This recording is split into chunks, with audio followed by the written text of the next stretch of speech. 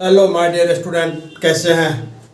मैं आज आप लोगों के लिए एक नया टॉपिक लेकर के आया हूं और वो टॉपिक ये है कि बोर्ड के एग्जामिनेशन में जो क्वेश्चन पूछा जाता है बायोलॉजी में, तो आप लोगों को इस बात की जानकारी तो है ही कि 70 नंबर का थ्योरी आता है और 30 नंबर का प्रैक्टिकल आता है। आप लोगों को शायद इस बात की जानकारी नहीं होगी क्योंकि आप 2026 के लिए स्टूडेंट हैं, परीक्षार्थी हैं।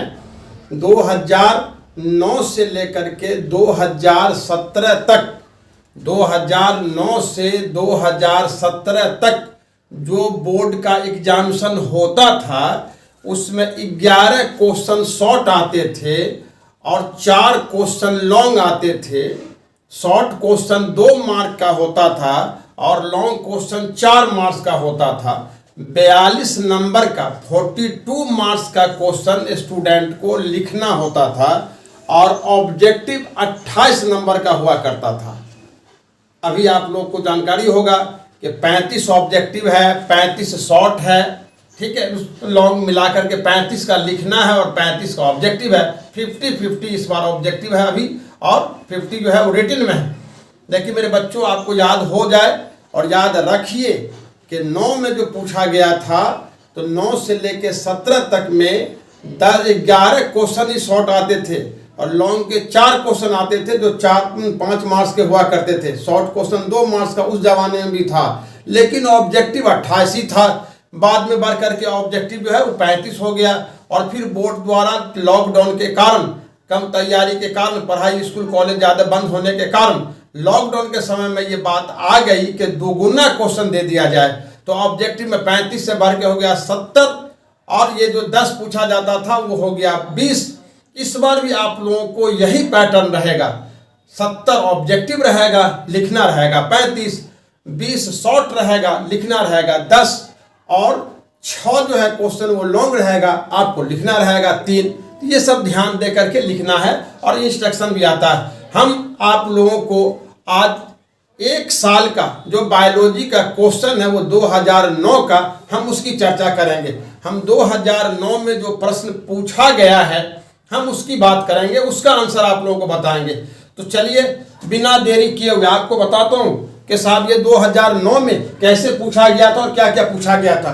तो आइए पहला देखते हैं हम लोग। 11 क्वेश्चन होगा, 2 मार्क्स का होगा, 22 नंबर हो गया। इसमें देखिए ये सवाल है कि वायु परागित है ना, प्रगति जो है परागित, वायु परागित पुष्प के अनुकूलन को लिखें। दूसरा है मेंडल ने अपने प्रयोग के लिए मटर के पौधे को चुना क्यों। तीसरा है टेस्टिस एवं ओवरी के 2-2 कार्य को लिखें। हीमोफीलिया को ब्लीडर डिजीज क्यों कहा जाता है। 5वां में देखिए रिस्ट्रक्शन इनटू न्यूक्लियस किसे कहते हैं। DNA fingerprinting. ये सारे के सारे क्वेश्चन दिया हुआ है।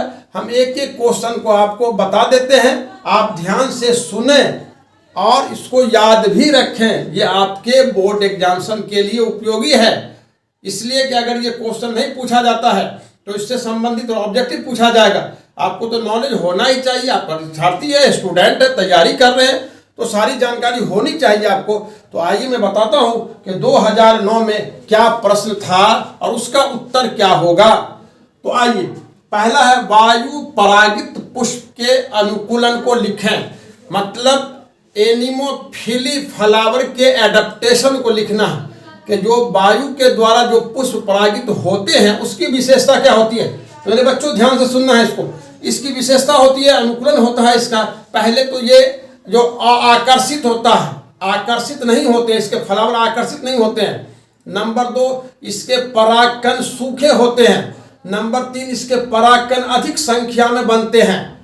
ये 3 अनुकूलन है ताकि ये आसानी से हवा में उड़ सके। पहला क्या हुआ, ये आकर्षित, इसके फ्लावर आकर्षित नहीं होते हैं, इसके परागकण सूखे होते हैं, हल्के होते हैं और इसमें परागकण अधिक संख्या में बनते हैं। क्लियर है। अब देखिए ये दूसरा सवाल आपको। दूसरा सवाल, मेंडल ने अपने प्रयोग के लिए मटर के पौधे को चुना।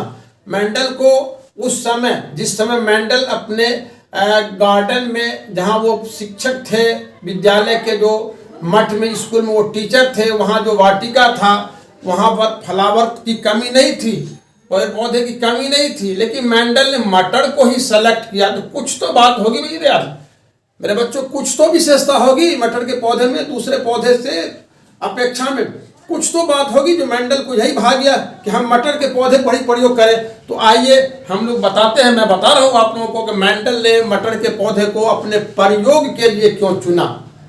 क्यों चुना, इसके कारण है। नंबर 1 है कि ये पौधा जो होता है एक वर्षीय हर्ब होता है। एक वर्षीय हर्ब होते हैं, ये आसानी से सभी जगह उगाए जाते हैं। इसके एक ही पौधे में कई लक्षण मौजूद होते हैं। इसके एक ही पौधे से कई संख्या में बीज की प्राप्ति होती है। इसके एक ही पौधे में ट्रू लाइन प्लांट्स अधिक संख्या में उत्पन्न होते हैं। इन तमाम विशेषताओं के कारण मेंडल ने मटर के पौधे पर प्रयोग किया। क्लियर है ये बात। अब आइए तीसरा हम लोग देखते हैं, टेस्टिस और ओवरी। टेस्टिस और ओवरी के दो कर्म। तो देखिए टेस्टिस होता है मेल के प्राइमरी सेक्स ऑर्गन होते हैं और इसकी संख्या 2 होती है। इसके 2 काम, एक तो ये स्पर्म के निर्माण में सहायक होगा, दूसरा इससे एंड्रोजन नामक हार्मोन स्रावित होता है और वही एंड्रोजन मेल के सेकेंडरी सेक्सुअल कैरेक्टर के विकास में सहायक होते हैं। समझ में आ गया बात।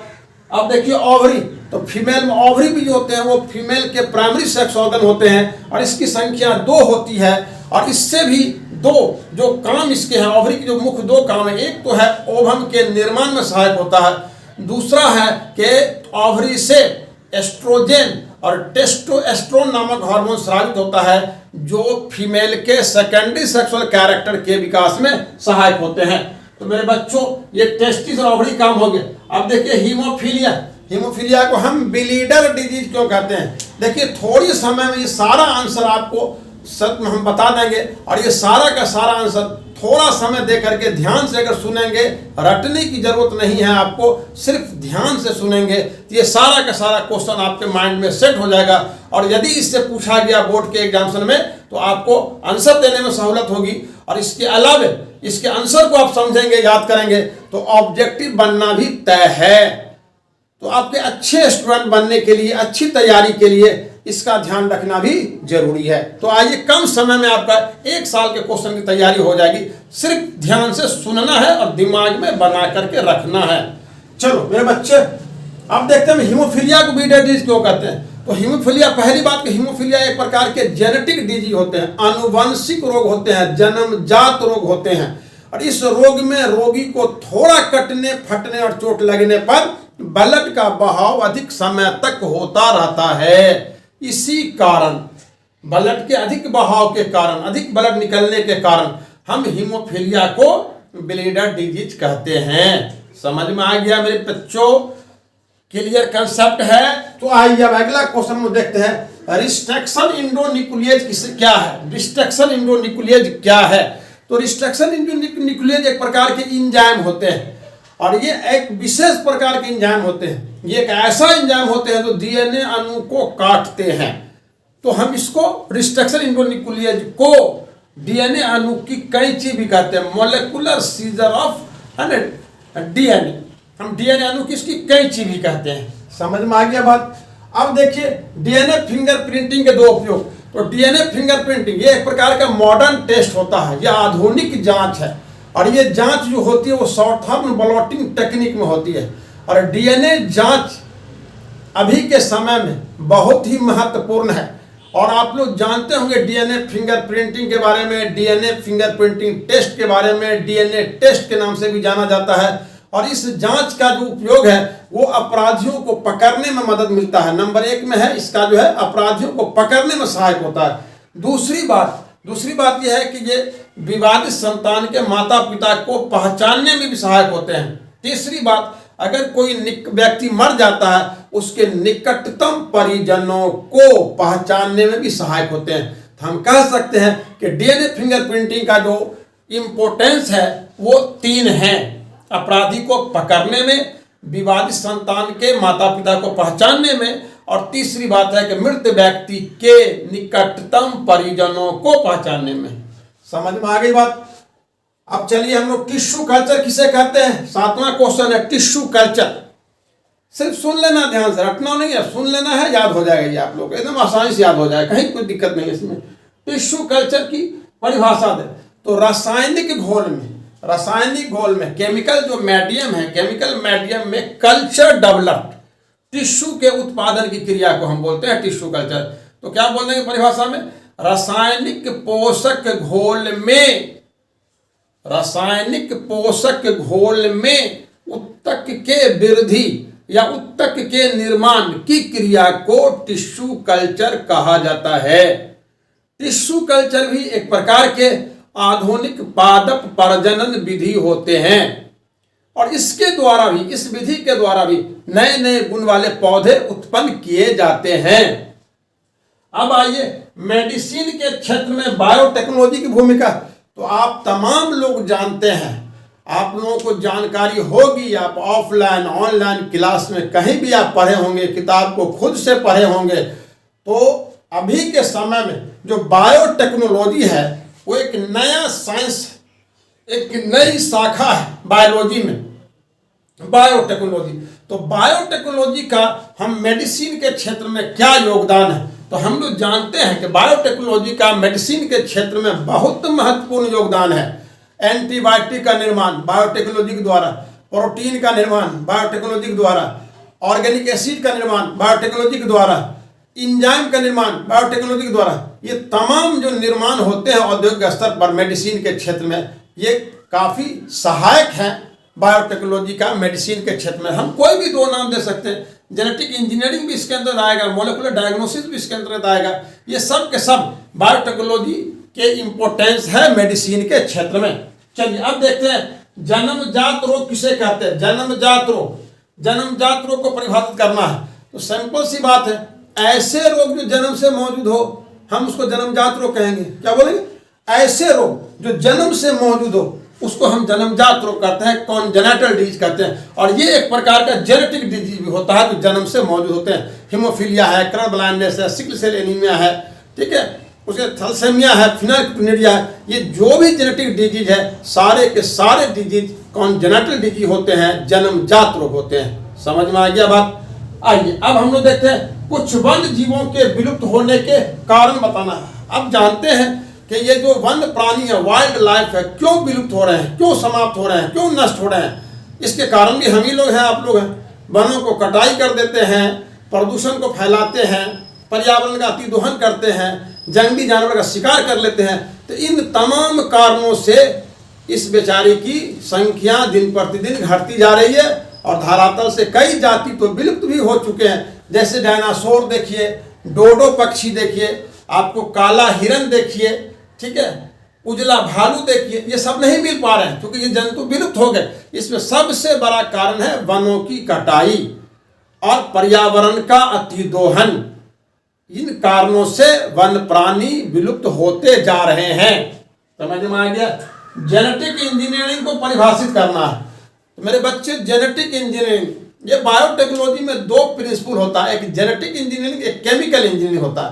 तो जेनेटिक इंजीनियरिंग होता है कि किसी भी जीव से हम टेक्नोलॉजी के द्वारा जीन प्राप्त करते हैं, मतलब हम जेनेटिक मटेरियल को प्राप्त करते हैं और इस जेनेटिक मटेरियल को टेक्नोलॉजी के द्वारा हम होस्ट सेल में प्रवेश कराते हैं और तब उसके गुणों में, जो होस्ट सेल में प्रवेश कराएंगे उसके गुण में जो परिवर्तन होगा, यही पूरा प्रोसेस कहलाएगा जेनेटिक इंजीनियरिंग। समझ में आ गया। हम किसी जीव से प्राप्त करेंगे जेनेटिक मटेरियल को, डीएनए को हम प्राप्त करेंगे और टेक्नोलॉजी के द्वारा हम होस्ट सेल में प्रवेश करा देंगे। अब ये बाहरी जीन होस्ट सेल में जा करके नया नया गुण उत्पन्न करेगा। तो ये पूरा प्रोसेस कहलाएगा जेनेटिक इंजीनियरिंग। मेरे बच्चों यहाँ तक ये समझ में आ गया। शॉर्ट क्वेश्चन 2009 में 1 से 11, 2 मार्क्स के लिए 22 नंबर का क्वेश्चन। क्लियर कंसेप्ट है। इसमें हो सकता है इसमें से आप लोगों को कुछ आ भी जाए, एक बार रिमाइंडर कर लेना है। देखने में क्या है, थोड़ा समय लगाना तैयारी करने में, थोड़ा समय लगाइएगा, अच्छा कर जाइएगा, मन लगा के पढ़िएगा, अच्छा कर जाइएगा। खेलने धूपने से तो काम चलेगा नहीं। अभी आपका समय है, परीक्षा की तैयारी करना है, खेलने के लिए। फिर आप परीक्षा के बाद खेलते रहिएगा कुछ महीना तक, ठीक है, रिजल्ट आएगा, फिर पढ़ाई शुरू कीजिएगा। हम उम्मीद करते हैं आप लोग अगर थोड़ा सा काम करते रहेंगे, थोड़ा सा मेहनत करते रहेंगे तो जिंदगी आपकी अच्छी हो जाएगी, नो डाउट। आइए अब लॉन्ग क्वेश्चन के बारे में देखते हैं। 4 क्वेश्चन लॉन्ग है। ये 4 क्वेश्चन लॉन्ग में हमको 5-5 नंबर का एक क्वेश्चन होता है पहले। अब नहीं होता, अब तो 3 क्वेश्चन पूछता है, 5-5 नंबर का पूछता है, 15 नंबर। ये हम पहले की बात बता रहे हैं, 2009 की बात बता रहे हैं। 2009 में ऐसा पूछा जा रहा था। हम 2009 से आप लोगों को 2025 तक का क्वेश्चन पर हम चर्चा कर देंगे, ताकि आपको और अच्छी तैयारी हो सके गेस क्वेश्चन के अलावा। फिर मैं आप लोगों को इसके बाद हम अगले साल जनवरी में आपको हम online total important VVI question जो होगा बोर्ड के आधार पर, वो क्रैश कोर्स का जो मेरा क्वेश्चन होगा, मैं उस क्वेश्चन की भी जानकारी आपको दूंगा, आपको याद करवा दूंगा, तैयारी करवा दूंगा, ताकि आपका रिजल्ट बेहतर हो सके। आपको इसमें कहीं कोई दिक्कत होती हो तो कमेंट कर लीजिए। और आपको अगर अच्छा लगता हो, मेरा लैंग्वेज अच्छा लगता हो, लिटरेचर अच्छा लगता हो, टॉपिक अच्छा लगता हो, तो आप दूसरों को भी शेयर करें, ताकि ये भलाई के काम चलता रहे और दूसरों को भी भला हो सके आपके साथ साथ, और आपके अंदर भी ये गुण आ जाए कि आप दूसरों को भी मदद करने का। मैं बिना पैसा का बता रहा हूँ आपको, कहाँ आपको लिए हम इसके लिए कोई पैसा डिमांड कर रहे हैं आपसे? हम डिमांड नहीं कर रहे हैं, नहीं करेंगे हम। आप सीखिए, हमको सिखाना सीखे। हाँ, पैसा भी लेते हैं, ऑफलाइन में पढ़िएगा तो पैसा लेंगे, तो मेहनत करना पड़ता वहाँ भाई, वहाँ किराया देना पड़ता, बिजली का बिल है, बहुत सारा मामला है। और यहाँ तो मैं आपको 1 घंटा आपको समय दे करके आपको सोच रहा हूँ कि ज़्यादा से ज़्यादा मेरे बच्चों को लाभ मिल सके, और आप दूसरों को भी लाभ फैलाइए, बिल्कुल फैलाइए, ताकि आपका भी कुछ भला हो जाए, है ना, और उनका भी भला हो जाए। चलिए अब लॉन्ग क्वेश्चन के बारे में हम चर्चा करेंगे। लॉन्ग क्वेश्चन, आइए देखिए लॉन्ग क्वेश्चन में मासिक चक्र क्या है, इसके विभिन्न अवस्थाओं का वर्णन हार्मोनल रेगुलेशन के साथ करें। तो हम लोग जानते हैं मासिक चक्र क्या है, MC क्या है। तो फीमेल में जो होता है मैचुरेशन स्टेज आने के बाद मेंस्ट्रुएशन की क्रिया जो होती है, होती रहती है, और ये क्रिया लगातार प्रति माह एक निश्चित तिथि को निश्चित अवधि के लिए होती रहती है। इसी को हम लोग MC कहते हैं। इसके विभिन्न स्टेजेज हैं, मेंस्ट्रुअल फेज है, फॉलिकुलर फेज है, सेक्रेटरी फेज है, रीसाइकिल है। और इसके अंदर जो FSH है, LH है, एस्ट्रोजन है, प्रोजेस्टेरोन है, ये सारे हार्मोन इसका रेगुलेशन करते हैं। याद रहे, हार्मोन फॉलिकुलर, जो फॉलिकल सेल है उससे निकलता है एस्ट्रोजन, कॉर्पस ल्यूटियम से निकलता है प्रोजेस्टेरोन, इसके अलावा पिट्यूटरी ग्लैंड से निकलता है आपको LH और FSH निकलता है। तो ये सारे हार्मोन मिलकर के MC क्रिया को बनाए रखने में सहायक होते हैं। अगर इसके बाद दूसरा है क्रोमोसोमल थ्योरी ऑफ इनहेरिटेंस को स्पष्ट करें। अब देखिए इसमें कह रहा, अथवा में कह रहा है कि 13 नंबर के क्वेश्चन में अथवा में कह रहा है कि क्रोमोसोमल थ्योरी ऑफ इनहेरिटेंस। तो मेरे बच्चों, क्रोमोसोमल थ्योरी ऑफ इनहेरिटेंस क्या है, हम तो पहले भी बता चुके हैं आपको कि इस थ्योरी का प्रतिपादन सबसे पहले सूटन और बॉवरी नामक वैज्ञानिक ने किया था। और इसने बताया कि जीन क्रोमोसोम पर होते हैं, और क्रोमोसोम के माध्यम से ये जीन माता पिता से संतानों में जाते हैं, और फिर पीढ़ी दर पीढ़ी जाते रहते हैं।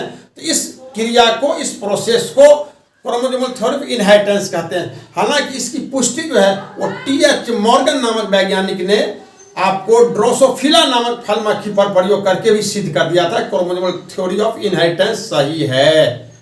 अब आइए पवित्र उपवन, 13वां क्वेश्चन है, पवित्र उपवन क्या है, ये कहाँ पाए जाते हैं। तो पवित्र उपवन, सैक्रेड ग्रुप, हम लोग कहते हैं ऐसा क्षेत्र, ऐसा एरिया, ऐसा भूभाग जहां पूजा अर्चना तपस्या इत्यादि की जाती हो, वैसे पवित्र जगह को हम पवित्र उपवन कहते हैं। जहां ऋषि मुनि बैठ करके पूजा पाठ करते रहते, तपस्या करते रहते, उस स्थान को क्या बोलते हैं, तपोवन। तपोवन कहाँ कहाँ है, तो हम लोग देखते हैं अरावली की पहाड़ी है, पश्चिमी घाट है, पूर्वी हिमालय क्षेत्र है, ठीक है। इसके बाद हम लोग चंदा है, बस्तर है ना, जयंतिया है, खासी है, ठीक है। ये सारे के सारे जगह जो है वो पवित्र उपवन है। और एक बात और ध्यान रखिए आप लोग, पवित्र उपवन में वनों की कटाई और वन प्राणियों के शिकार पर रोक लगी होती है। समझ में आ गया बात। अब कह रहा है दूसरा, इसको याद करके देखा, एड्स के कारण, लक्षण और उसके रोकथाम। तो एड्स का कारण आपको जानकारी होगी, HIV। एड्स का जो लक्षण है वो होता है रिप्रोडक्टिव ऑर्गन में घाव का होना, लगातार बुखार का रहना, शरीर के भार में कमी का होना, भूख में कमी आना, ये सारे के सारे लक्षण आते हैं एड्स के। इसमें थोड़ा सा भी काम करने के बाद थकावट आ जाती है। और इसका रोकथाम के लिए, तो रोकथाम के लिए जिस माध्यम से एड्स फैलते हैं उस माध्यमों को यदि रोका जाए तो एड्स बीमारी से लोग बच सकते हैं। अब आइए देखिए वैक्सीनेशन और इम्यूनाइजेशन, इस पर टिप्पणी लिखना। वैक्सीनेशन, हम लोग वैक्सीन, टीका, देखिए टीका क्या है, बीमार होने से पहले, बीमार होने से, ध्यान सुनिएगा, बीमार होने से पहले बीमारी से बचने के लिए हम जिस दवा का उपयोग करते हैं हम उसी को वैक्सीन कहते हैं, और वैक्सीन लगाने की क्रिया को हम वैक्सीनेशन कहते हैं। याद रहना चाहिए, बीमार होने से पहले बीमारी से बचने के लिए हम जिस औषधि का उपयोग करते हैं उसे वैक्सीन कहते हैं, और वैक्सीन के उपयोग को हम वैक्सीनेशन कहेंगे। क्लियर हो गया। इम्यूनाइजेशन बीमार होने के बाद, वैक्सीन बीमार होने से पहले, समझ में आया बात, वैक्सीन बीमार होने से पहले और बीमार होने के बाद हम जिस एंटीबायोटिक का उपयोग करते हैं, तो हम रोगी से छुटकारा पाने के लिए एंटीबायोटिक का उपयोग करते हैं, तो इस एंटीबायोटिक उपयोग क्रिया को हम इम्यूनाइजेशन कहते हैं। यानी बीमार होने से पहले बचाव के लिए जिस औषधि का उपयोग करेंगे उसको वैक्सीन, और बीमार होने के बाद जिस औषधि का उपयोग करेंगे हम उसको बोलेंगे एंटीबायोटिक। तो इम्यूनाइजेशन हो गया एंटीबायोटिक का उपयोग, और वैक्सीन का उपयोग कहलाएगा वैक्सीनेशन।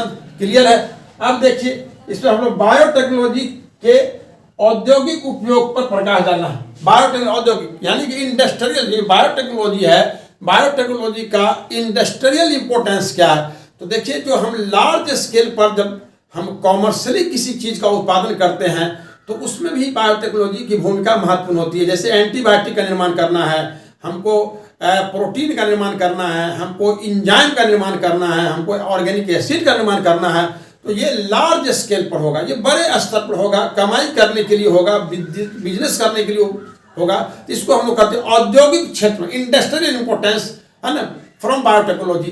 तो बायोटेक्नोलॉजी से इंडस्ट्रियल इंपॉर्टेंस क्या होता है, तो इसके बड़े पैमाने पर उत्पादन को हम कहते हैं इंडस्ट्रियल इंपॉर्टेंस बोलते हैं। इसके बाद देखिए कृषि के क्षेत्र में बायोटेक्नोलॉजी की भूमिका क्या है। तो आप जान लीजिए कि ये लास्ट क्वेश्चन है कि कृषि के क्षेत्र में बायोटेक्नोलॉजी की भूमिका क्या होती है, कि बायोटेक्नोलॉजी के द्वारा हम जीएमओ का उपयोग करते हैं। जो फसल पौधा होते हैं, हम अच्छे नस्ल का, अच्छे उपजी किस्म के फसल को तैयार करते हैं, रोग प्रतिरोधी क्षमता वाले पौधे को हम विकसित करते हैं, हम जो होता है उच्च पोषक गुण वाले पौधे को विकसित करते हैं। ये पौषक कृषि के जो विभिन्न वैरायटियाँ हैं, विभिन्न क्वालिटीज है, इस सारे का जो डेवलपमेंट करेंगे हम लोग तो बायोटेक्नोलॉजी के द्वारा होगा। और बायोटेक्नोलॉजी के द्वारा जो हम कृषि के प्रोडक्ट करते हैं, इससे हमको स्वास्थ्य के लिए भी लाभदायक होता है और आर्थिक स्थिति भी इसकी सुदृढ़ होती है, भोजन के उत्पादन की भी समस्या के समाधान होता है। तो कृषि उत्पादन में वृद्धि के लिए बायोटेक्नोलॉजी की भूमिका जो होती है वो महत्वपूर्ण होती है। डिजीज फ्री प्लांट, है ना, के लिए भी बायोटेक्नोलॉजी की भूमिका क्या होती है, महत्वपूर्ण होती है।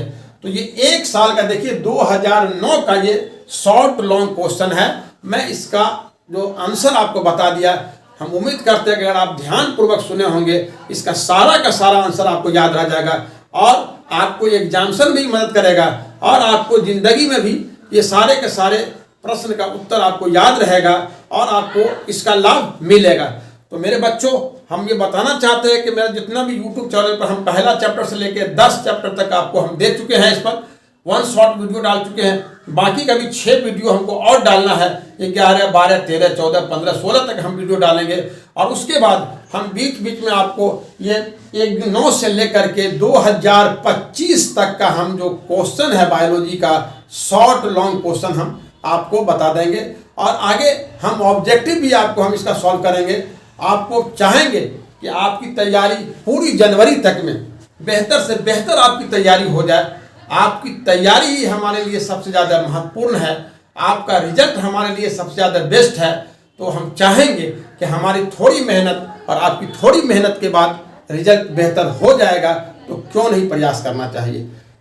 आइए हम आप लोगों से विदा लेते हैं और आप लोगों को थैंक्स कहते हैं कि आप लोग हमारा YouTube चैनल देख रहे हैं, जहाँ से भी देख रहे हो, है ना। आपको मेरी शुभकामनाएं हैं कि आप इसको देखें और जहाँ भी आपको डाउट लगता हो आप कमेंट करें और आपको अच्छा लगता है तो आप इसको दूसरों को भी शेयर करें। और मेरा ऑफलाइन क्लास भी शुरू होने वाला है जनवरी में। 6 जनवरी से हमारा ऑफलाइन क्लास सहरसा के जितने भी सेंटर मेरे हैं, 3 सेंटर सहरसा में मेरा चल रहा है, सराही में, मिर्टोला में और इस्लामिया चौक पर। तो इसमें ऑफलाइन क्लास अभी चल रहा है, क्रैश कोर्स का चल रहा है, 11 का चल रहा है और न्यू 12 का जो बैच होगा मेरे यहाँ 6 जनवरी से स्टार्ट हो जाएगा। तो इसकी भी हम जानकारी आप लोगों को दे रहे हैं और नंबर पहले भी बता चुके हैं, फिर हम मोबाइल नंबर बता रहे हैं 9431626839 2689। आप नंबर को नोट कर लें और विशेष जानकारी के लिए कांटेक्ट कर सकते हैं। थैंक यू, धन्यवाद।